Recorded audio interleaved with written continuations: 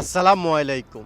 আজকে কথা বলবো আপনারা ইলেকট্রিক্যাল যেসব মালগুলো আছে কোনগুলো কিনা যাবে সেকেন্ড হ্যান্ড মাল এবং কোনগুলো কিনা যাবে না। তো সম্পূর্ণ ভিডিওটা দেখতে থাকুন। প্রথমত কি অপরিচিত যাকে চিনেন না জানেন না তার থেকে কোনো ধরনের সেকেন্ড হ্যান্ড ইলেকট্রিক্যাল মাল কিনবেন না। দেখা গেছে একটা অপরিচিত লোকের থেকে ইলেকট্রিক্যাল মাল কিনছেন, সবকিছু দেখে কোনো প্রকার সমস্যা নেই, সবকিছু চেক করে কিনলেন, কিন্তু এটাতে হিডেন সমস্যা থাকতে পারে যেটা আপনার 5 থেকে 7 দিন ব্যবহার করার পরে বুঝতে পারবেন যে এটাতে কিছু একটা সমস্যা আছে। ডিভাইসের অনেকগুলো ফাংশন থাকে, এখন আপনি বেসিক ফাংশনগুলো 1 ঘন্টা আধা ঘন্টা চেক দিতে পারবেন, বাট এমন হিডেন প্রবলেম আছে যেটা আপনি জানেনই না, চেক করার পরে দেখেন নাই, অথচ এটা 5 দিন 7 দিন ব্যবহার করার পরে এই জিনিসটা বুঝতে পারছেন যে এই জিনিসটাতে প্রবলেম আছে। অপরিচিত কোনো লোকের থেকে যত কম রেটই হোক মাল কিনবেন না। এমন লোকের থেকে মাল কিনুন যাকে আপনি চিনেন, রিলেটিভ অথবা আপনার ফ্রেন্ডদের ভিতরে। শুধুমাত্র টাকার সমস্যা পড়ে মালগুলো বিক্রি করে এমন মাল কিনুন,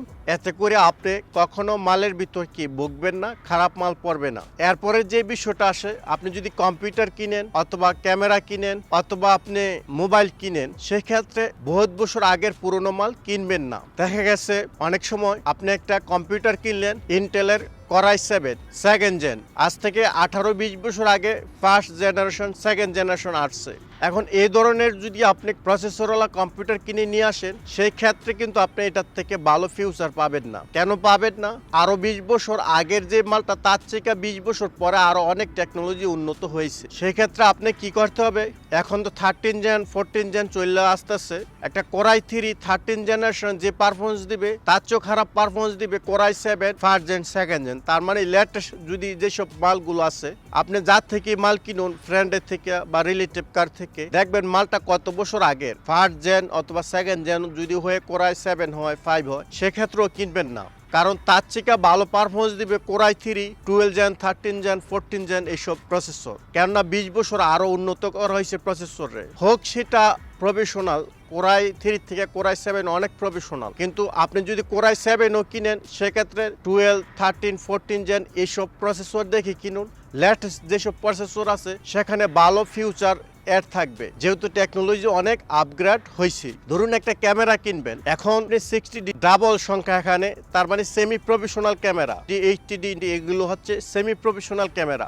60D কখন রিলিজ করা হচ্ছে? 2002 সাল 2004 সাল তখন রিলিজ করা হয়েছে। তার চেয়েও ভালো ফিউচার পাবেন আপনি যদি 250D নেন। এখন যদি 250 কিন্তু এন্ট্রি লেভেলের ক্যামেরা, সেমি প্রফেশনাল না, যারা মোটামুটি ব্যবহার করতে জানে তাদের জন্য 250 নিতে পারেন, অথবা M50 Mark II নিতে পারেন। যদি এন্ট্রি লেভেলের ক্যামেরা কিনেন 50-60 হাজার টাকার ভিতরে। কেন আপনি 60D নেবেন না? এর রিজন হচ্ছে এগুলো 60D আছে, আরো অনেক ক্যামেরা আছে থেকে 8-10 বছর আগের। এই ধরনের মডেল কখনো কিনবেন না, হোক সেটা প্রফেশনাল, হোক সেটা ফুল ফ্রেম সিনেমাটিক ক্যামেরা বা প্রফেশনাল ক্যামেরা। সেই ক্ষেত্রে আপনি অনেক ফিউচার মিসিং পাবেন। তারপরে আসি টেলিফোনের অনেক সিরিজ আছে, যেমন J1 J2 J3।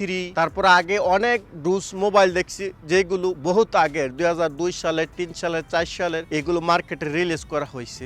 S1 S2 S3 এগুলোর কিন্তু অনেক রেট, অ্যাসেট সিরিজ কিন্তু অনেক হাই ভ্যালু ডিমান্ড করা হয়, উচ্চ মূল্য এটার দাম করা হয়। অথচ এই মোবাইল কখনো কিনবেন না যেগুলো আজ থেকে 10 থেকে 15-20 বছর আগে মার্কেটে এভেলেবেল করা হয়েছে। কেন কিনবেন না? আজ থেকে 10 বছর আগে যে মোবাইলগুলো ফিটিং এ হয়তো অনেক স্ট্রং, এখন থেকে আগের মোবাইলের ফিটিং স্ট্রং, মোবাইল মজবুত, তারপরও কিনবেন না। কেননা আগের মোবাইল থেকে বর্তমানের মোবাইলগুলো প্রোগ্রাম, র্যাম, মেমোরি এগুলো টেকনোলজি অনেক আপগ্রেড হয়েছে। নতুন যে মোবাইলগুলো আসছে মার্কেটে, এর সিরিজের, এম এর সিরিজের, S23 22 বা iPhone 13 14 বা 15 আপকামিং ফিউচার আসতেছে, এই লেটেস্ট ফোনগুলো আপনারা সেকেন্ড হ্যান্ড হলেও পারচেস করবেন, নিউ হলে পারচেস করবেন। আর আজ থেকে 10-15-20 বছর আগে যেসব ফোনগুলো ছিল, এগুলো যদি ভালো সার্ভিসও দেয় কখনো কিনবেন না। সেই ক্ষেত্রে ফিউচার অনেক কম থাকতে পারে, প্রোগ্রাম কম থাকতে পারে, সাপোর্টেড সিস্টেম কম থাকতে পারে।